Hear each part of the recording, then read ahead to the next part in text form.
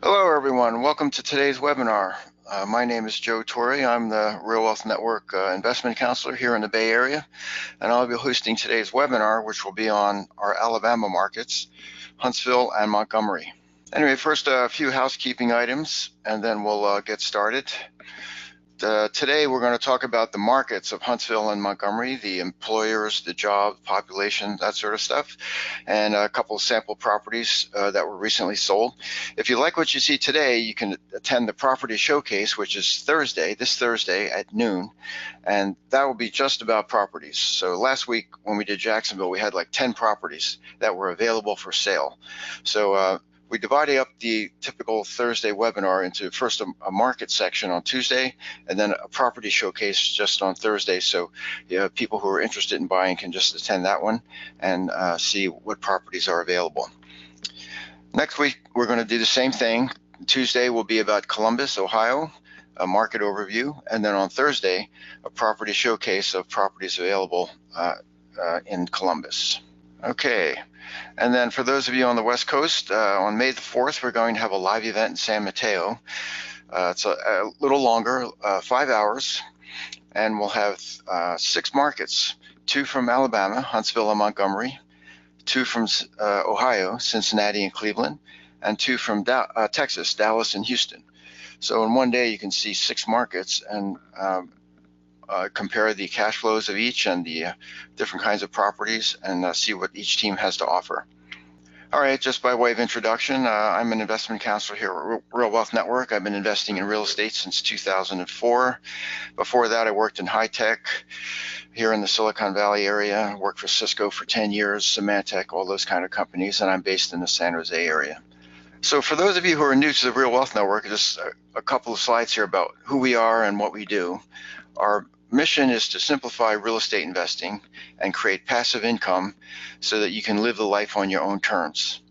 So here we see our founders, Kathy and Rich, surfing in Malibu, living life on their terms, and we like to do that for all of you. So you can live your want-to life, not your have-to life, if you have enough passive income. What we do in the Real Wealth Network, okay, we offer free education. So there's a lot of resources on our website, free webinars, written materials. So it's all there. You can avail yourself of those. When you're ready to invest, we can connect through a strategy session with an investment counselor like myself or the other two. And then once you have a strategy session, then you can you can get access to more resources that are not available to the general public, but are to our members in our investor portal. So first, a couple of questions about what we do and don't do. We don't do flipping. So if you want to buy a house, fix it up and flip it, we're not the right place for that. We believe in buy and hold, long-term investing for cash flow.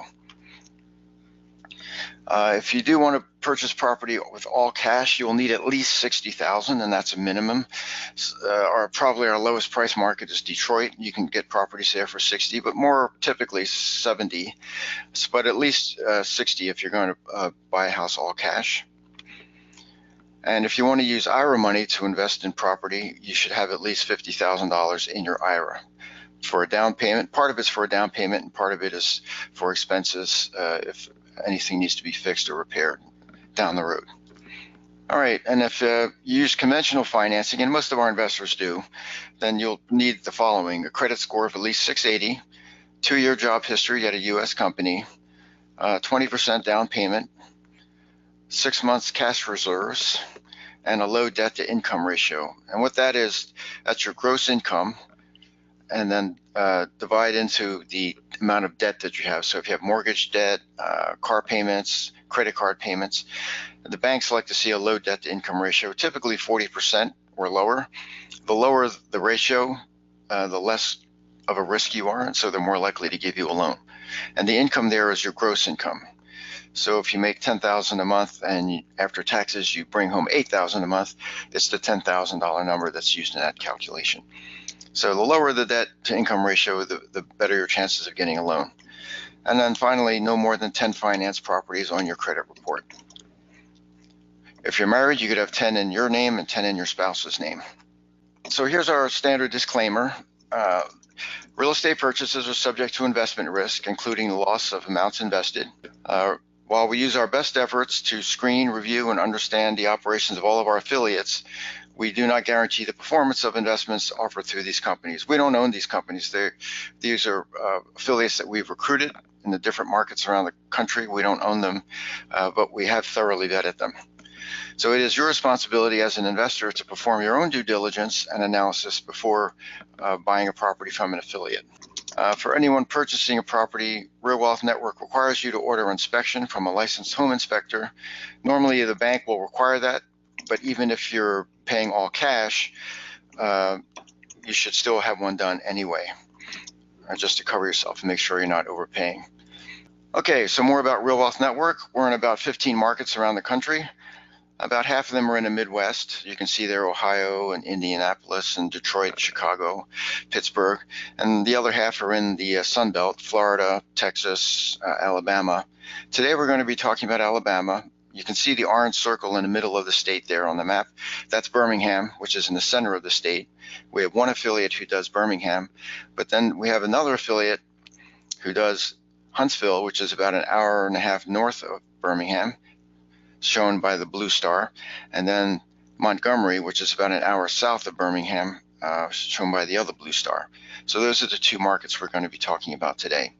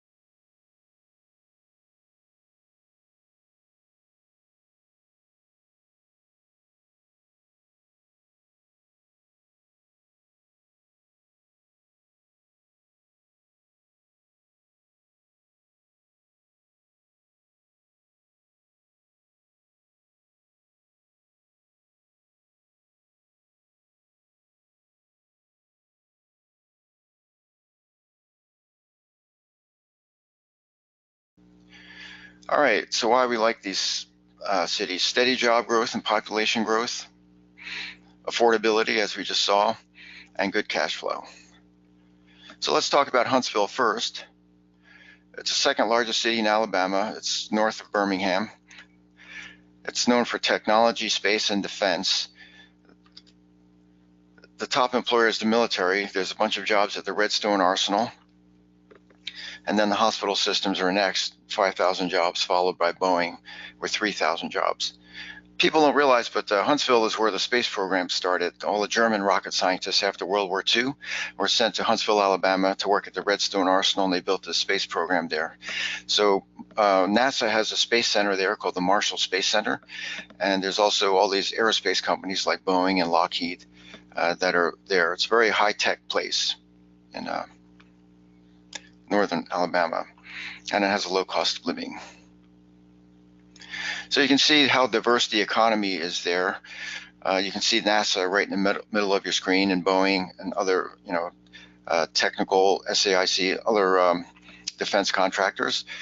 On the lower left-hand corner, you can see Lockheed Martin, another one, but also the University of Alabama in Huntsville. And that's one of the growth drivers, is that the University of Alabama, which is based in Tuscaloosa, but the Huntsville Satellite Campus specializes in STEM, science, technology, engineering, and math. So that's a very good source of new employees for any company that wants to move there. Okay, so here's a map of the state with the three major cities. And this I-65 is what connects them all. It's a north-south freeway that goes right down the center of the state. So there's a lot of car manufacturing. Toyota currently has an engine plant there, which employs 1,200, but they announced that in 2021 they'll be building another plant to build Corollas, and that's going to create 4,000 jobs, which is a huge shot in the arm for the local economy. And ground has already been broken, and they're building the facility now. It's just to the west of the city, in between Huntsville and I-65. And then down in Birmingham, in the middle of the state, you have Honda, which employs 4,500 people, and Mercedes-Benz, which has 3,500 jobs. And then in the south, you have Montgomery with Hyundai plant that employs 3,100 employees. So all along I-65, that's the second, outside of Detroit, that has the most concentration of auto manufacturing in the country. Let's call it Auto Row. Some basic stats about medium home values. You can see Huntsville at the bottom there in red.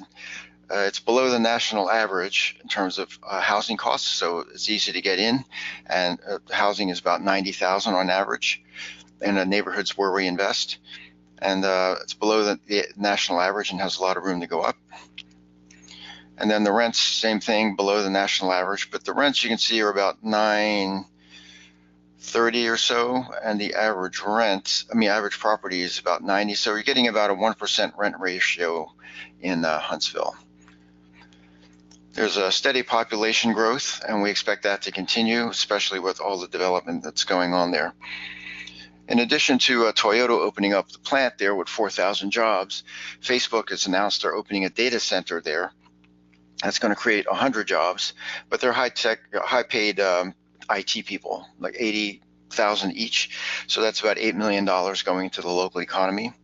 And also the FBI has announced they're going to move 1,300 jobs from Washington, D.C. to Huntsville, Alabama. So that's another shot in the arm for the local economy. So population is growing and people with higher paying jobs are moving into the area. It used to be the joke that Huntsville only had two kinds of people, those that flip hamburgers and those that can put you on the moon, and nobody in between. But now with Toyota building a factory there and the FBI and Facebook, the middle is getting filled in.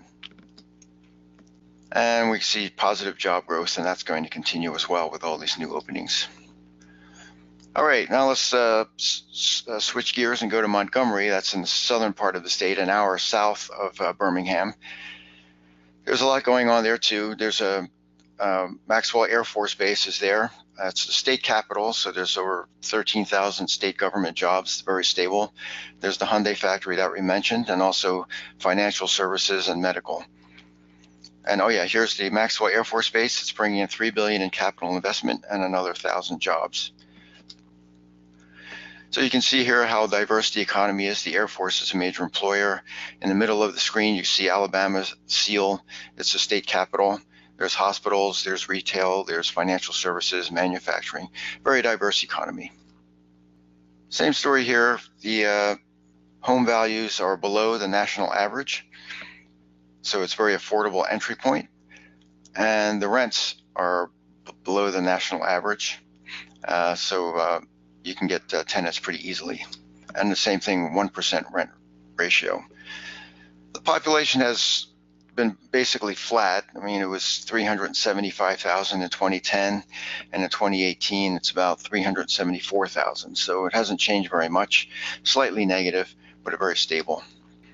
And job growth is increasing because of the Air Force Base there.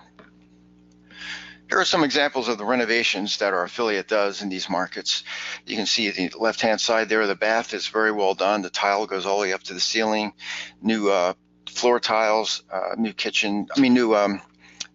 fixtures and cabinets. On the right-hand side, you can see the luxury vinyl tile flooring and the neutral paint colors on the inside. Our affiliates, all of our affiliates, but the one in Alabama as well, basically wants to standardize how they do their rehabs. So we use the same floor tiles, the same paint colors, the same fixtures. So it makes it a very efficient operation. One, they can buy their materials in bulk and keep your expenses down. Secondly, the work crews don't need to be managed that closely because they do the same thing very cookie cutter every time. And then thirdly, down the road, if the paint needs to be touched up or if a tile needs to be replaced, they don't have to go to Home Depot to try to find a match. They got a warehouse full of it. So it's a very efficient operation in keeping your costs down. Now, they're not all identical. As you can see in the lower left-hand corner, there's a hardwood floor there that was in really good shape. So they just buffed that up and shellacked it, and it looks nice as it is.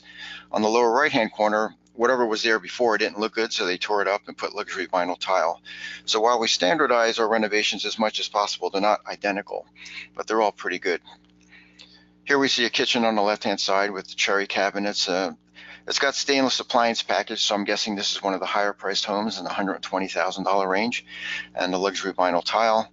And on the right hand side, we see also the wood floor that's in good shape. Okay, let's look at some properties here. I believe this one's in Huntsville. It's $87,000. I'll just go through the numbers quickly on the left-hand side there. This assumes that you're putting 20% down and you're borrowing 80% at 5.25% interest.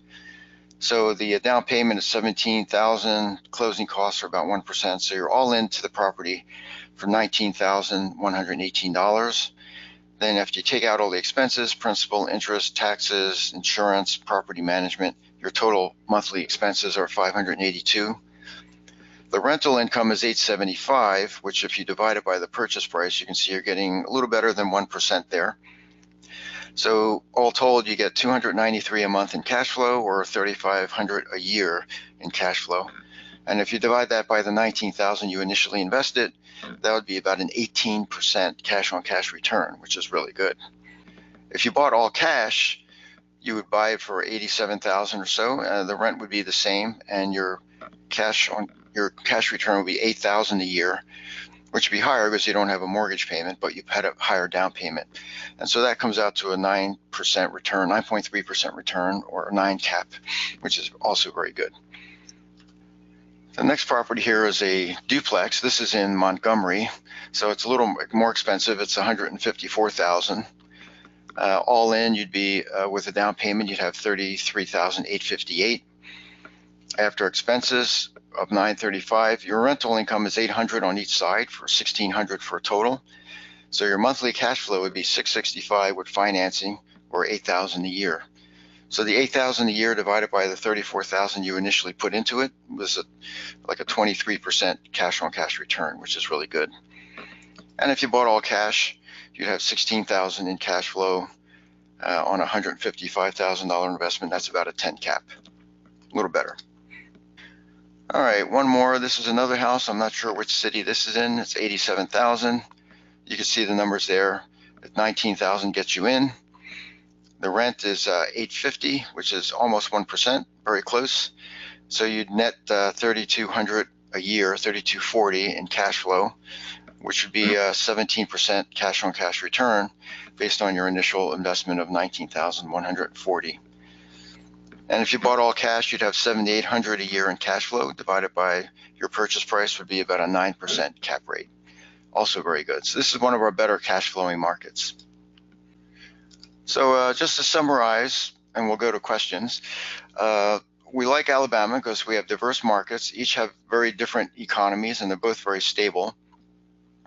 The combination of low property taxes and low home prices means you can get double-digit returns with financing, which is great. It's a very business-friendly state, which means there's job growth. And diversification is very easy. You can be in multiple markets, Montgomery and Huntsville, and have only one property management company to work with and one set of income tax returns. Some investors don't realize this until too late, but if you have 5 properties in 5 different states, you have to file income tax returns in every state you own property in, and your tax returns could be 120 pages every year.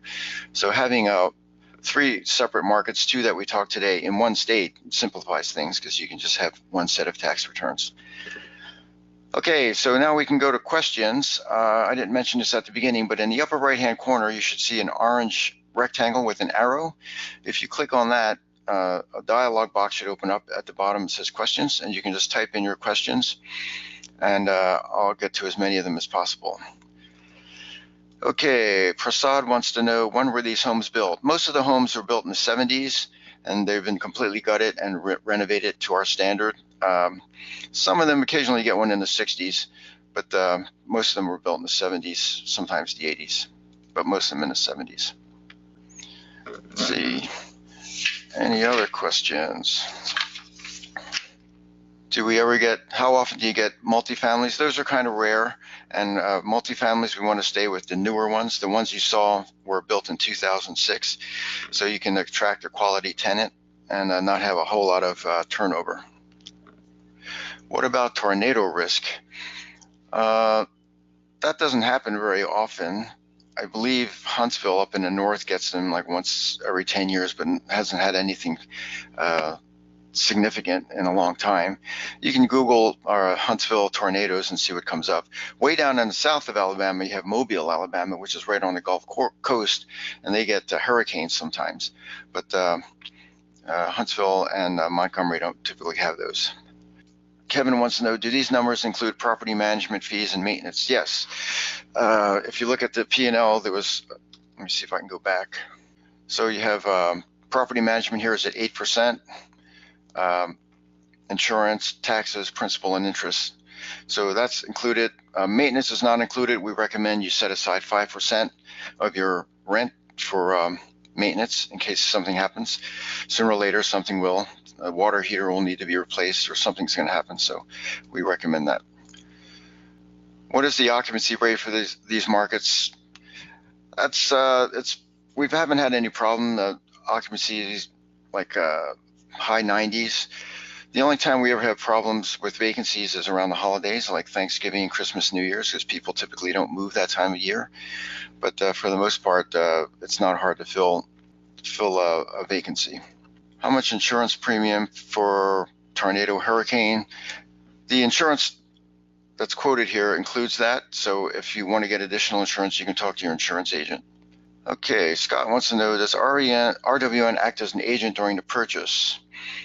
No, our affiliate is a broker in the respective markets. So the affiliate for Montgomery and Huntsville is a broker in that market, and they handle both sides of the transaction. So Real Wealth Network has a broker's license in California, but we don't have licenses in all these different states. So we can't really get involved. We have to work through our affiliate there. Scott wants to know, is there room for negotiation on the purchase price? No, the price is the price. Our affiliates buy the properties and renovate them to our standard and offer them to our investors. They could sell them on the open market to an owner occupant, so they really have no reason to negotiate. The one exception is when it doesn't appraise. Let's say the house is 100,000 and the appraisal comes in at 95. Then you can go to them and say, hey, the bank's not going to lend on this because it only appraised at 95. And typically what happens is you split the difference. So the affiliate might come down 2,500 in price and you just put 2,500 more in a down payment just to cover the difference. How long are the leases? Leases are typically for a year.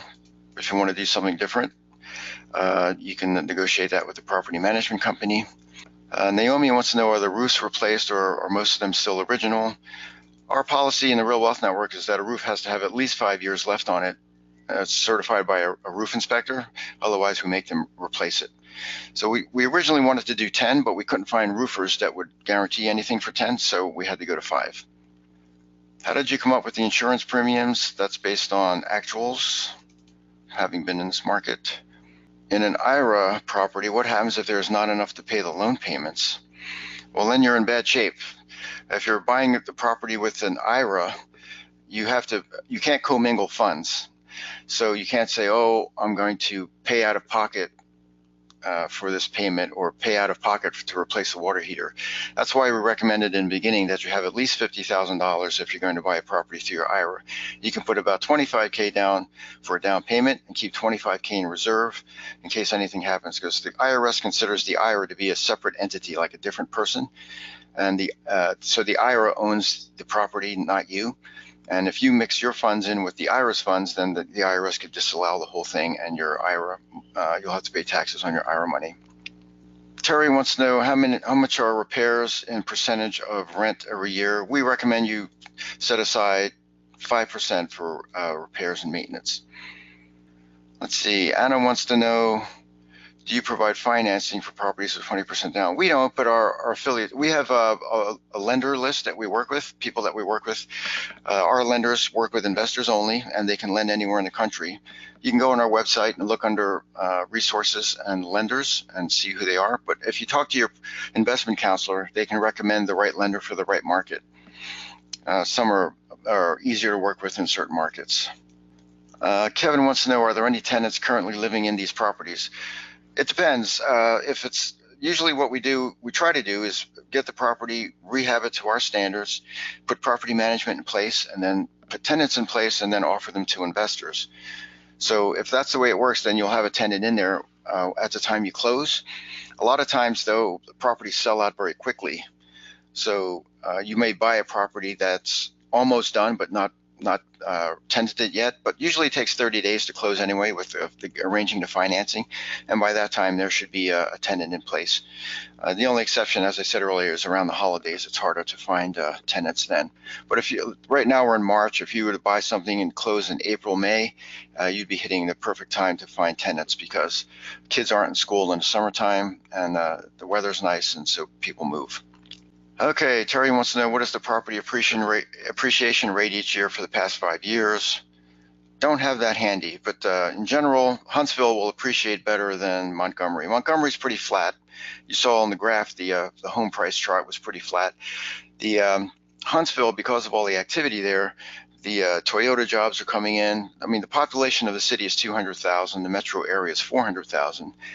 So when you have 4,000 Toyota jobs, that basically means 4,000 more households. You have 1,300 FBI jobs, that's 1,300 households. So when you have that many, 5,300 jobs coming into an area in the next 2 years, the demand for housing is going to go up, and they can't build 5,000 houses that quickly. So we expect appreciation in the 5 to 7% range in Huntsville and to be pretty flat in Montgomery. As a rule of thumb, Montgomery will cash flow better and Huntsville will appreciate better. And as always, as said on the disclaimer, past performance is no indicator of future performance. Let's see, Scott wants to know, can we purchase these properties using an LLC? You can if your lender is okay with it. Typically, a bank won't lend to an LLC that's 5 minutes old. They want a human associated with the loan. But if you have a commercial lender, you can get a loan through your LLC.